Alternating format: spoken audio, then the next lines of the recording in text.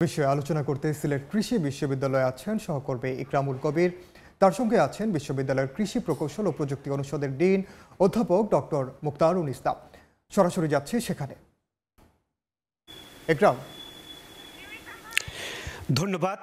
সুনামগঞ্জ সহ হাওড় অঞ্চলের যে সেচ সমস্যা, সেই সমস্যা নিয়ে কথা বলার জন্য আমি এই মুহূর্তে আছি সিলেট কৃষি বিশ্ববিদ্যালয়ের কৃষি প্রকৌশল ও প্রযুক্তি অনুষদে, এবং এই অনুষদের ডিন অধ্যাপক ডক্টর মুক্তারুন ইসলাম আমার সাথে যোগ দিয়েছেন। ধন্যবাদ ম্যাডাম আমার সাথে যোগ দেওয়ার জন্য এবং সময় দেওয়ার জন্য। আমরা জানি যে এই সময় বোরোর মৌসুম এবং প্রায় 2 মাস চলে গিয়েছে, এবং এই সময় সেচ অসুবিধা হচ্ছে। এই সেচ নিয়ে প্রতিবারই কথা হচ্ছে বা প্রতিবারই কৃষকদের দাবি উঠছে। এই সেচ সমস্যার সমাধানে কি করা উচিত? প্রথমত সেচ সমস্যার সমাধানে আসলে আমাদেরকে সমস্যাটা খুঁজতে হবে। সমস্যাটা যদি আমি বলি, এটা অবশ্যই ভৌগোলিক এবং পরিবেশগত একটা ব্যাপার তো এখানে রয়েছেই। এছাড়া তারপরে পানির প্রাপ্যতার একটা ব্যাপার রয়েছে, এবং হাওড় এরিয়া সাধারণত সমতল এবং নিচু ভূমি হওয়ায় এখানে পানির প্রবাহটা, ইরিগেশন যে ফ্লোটা, এই প্রবাহটা ধরে রাখা অনেক সময় কঠিন হয়ে পড়ে।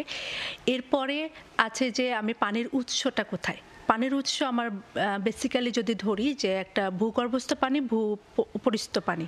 তো ভূপরিস্থ পানি আমি পাবো কিভাবে? আমার নদী নালা তো এগুলো শুকিয়ে যায় সেচ মৌসুমে, এবং আমাদের প্রধান ফসলটাই হলো বোরো ফসল।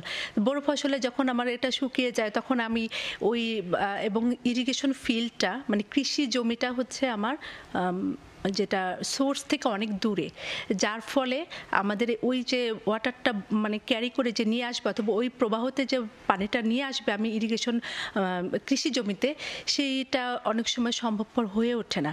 এবং ফার্মারদেরকে আমি একটা প্রোগ্রামে দেখলাম যে ওনাদেরকে এলএলপি দেওয়ার ব্যবস্থা করা হচ্ছে, যে সারফেস ওয়াটার অ্যাবস্ট্রাকশন করার জন্য, কিন্তু সেটাও খুবই ব্যয় সাপেক্ষ।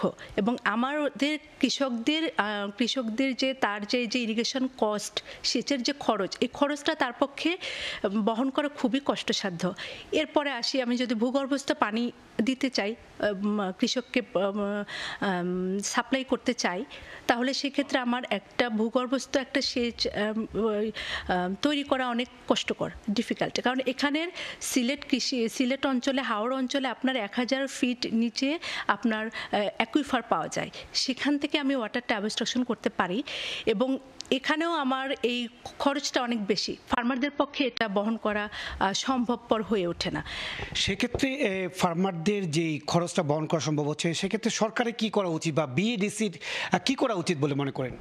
বিএডিসি তো বললাম যে বিএডিসি তারা হচ্ছে একটা সেচ যন্ত্র, যেরকম তারা গ্রাউন্ড ওয়াটার অ্যাবস্ট্রাকশন করার জন্য তারা ব্যবস্থা নিতে পারে, তারা একটা ইরিগেশন স্কিম করতে পারে, এবং এলএলপি স্কিম করতে পারে, গ্রাউন্ড ওয়াটার স্কিম করতে পারে। ইভেন আপনি অনেক জায়গায় গিয়ে দেখবেন যে বিএডিসির যে ইরিগেশন স্কিমগুলো আছে, এগুলো আমার অনেক গভীরে আমার পানিটা পায় না। কারণ হলো যে আমার এখানে যে জিওলজিক্যাল যে কন্ডিশন, আমার এখানে একদম আপার সারফেস লেয়ারে একদম কাদামাটি মানে ক্লে লেয়ার একদম, যার ফলে হয় যে রিচার্জ হয় না। আমার এখানে সিলেটে প্রচুর বৃষ্টিপাত হয়, কিন্তু এখানে রিচার্জ হয় না।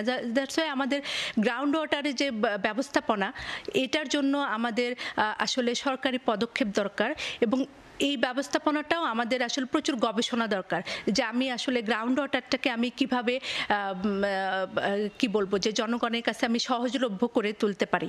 এবং রিচার্জ হবে, রিচার্জের জন্য আমার আর্টিফিশিয়াল রিচার্জের ব্যবস্থা করতে হবে। আমাদের এখানে কিন্তু প্রচুর বৃষ্টিপাত হয়, আমরা বৃষ্টি পানি ধরে রাখারও এখানে পর্যাপ্ত ব্যবস্থা নেই। তারপর সোলার ইরিগেশন পাম্পও আমরা করতে পারি, যেটাও আমাদের সরকারি পৃষ্ঠপোষকতার মাধ্যমে এই ব্যবস্থাগুলো যদি আমরা নিতে পারি, তো তখন আমাদের কাছে সেচ সুবিধাটা আমাদের কাছে অনেকটা সহজলভ্য হবে। সেক্ষেত্রে ওয়াটার লটরা পানিটা আটকিয়ে রাখে মাছ চাষের জন্য, তাদের এই থেকে পানি বের করে আনার কোনো পদক্ষেপ নেওয়া উচিত বলে আপনি কি মনে করেন কিনা? জি অবশ্যই। এখানে দেখা যায় যে যখন নদী খনন করা হচ্ছে, ফার্মাররা দেখো যে ফার্মার ফিশারম্যান যে কৃষক এবং মৎস্যজীবীদের মধ্যে একটা কনফ্লিক্ট বেসিক্যালি তৈরি হয়ে যায়।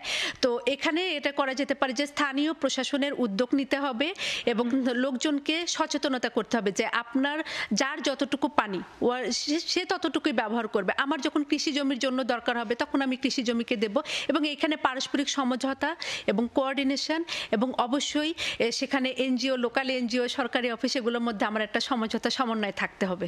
ধন্যবাদ আপনাকে। শুনছিলেন যে বড় মৌসুমে যে সমস্যা হচ্ছে সেই সমস্যার সমাধানে বিভিন্ন বিষয় নিয়ে কথা বলার জন্য আমরা এই সিলেট কৃষি বিশ্ববিদ্যালয়ের কৃষি প্রকৌশল ও প্রযুক্তি অনুষদের ডিন অধ্যাপক ডক্টর মুক্তারুন ইসলামের সাথে কথা বলছিলাম। এই ছিল সবশেষ।